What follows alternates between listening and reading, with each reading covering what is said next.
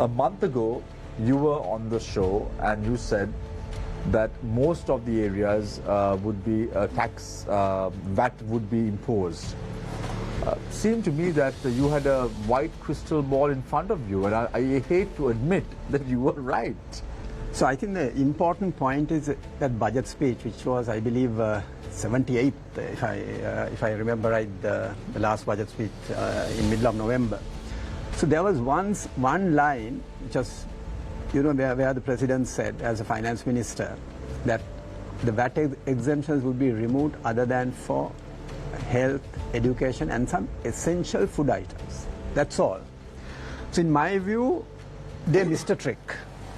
They should have, when the budget was presented, in my view, they should have elaborated on this. And in my view, they should have given a detailed annexure to the budget speech saying, we are going to remove 97 categories of items. It's not 97 items, right? It's 97 group of products and services, right? That it was going to be removed, and these are the 97 that we are going to remove, right? And there was no need for it to be presented later and for all this discussion to take place. I think it should have been done. I'm not sure whether the government did it deliberately or whether it was oversight. I'm not sure, but I think it should have been there. So the second point is that the budget presented was to fall in line with the IMF requirements. So the extended fund facility had so many conditions laid down, and in my view, they did a pretty good job in order to meet most of those requirements.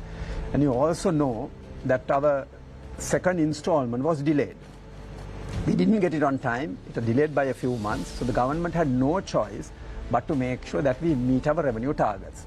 And as you know, over the years, at least the last 20 years from year 2000, we have not met the revenue targets in a single given year. Never have we met, right?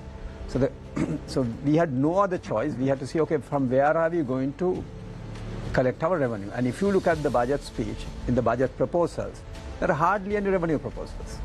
Hardly any. Other than the big ticket item was VAT.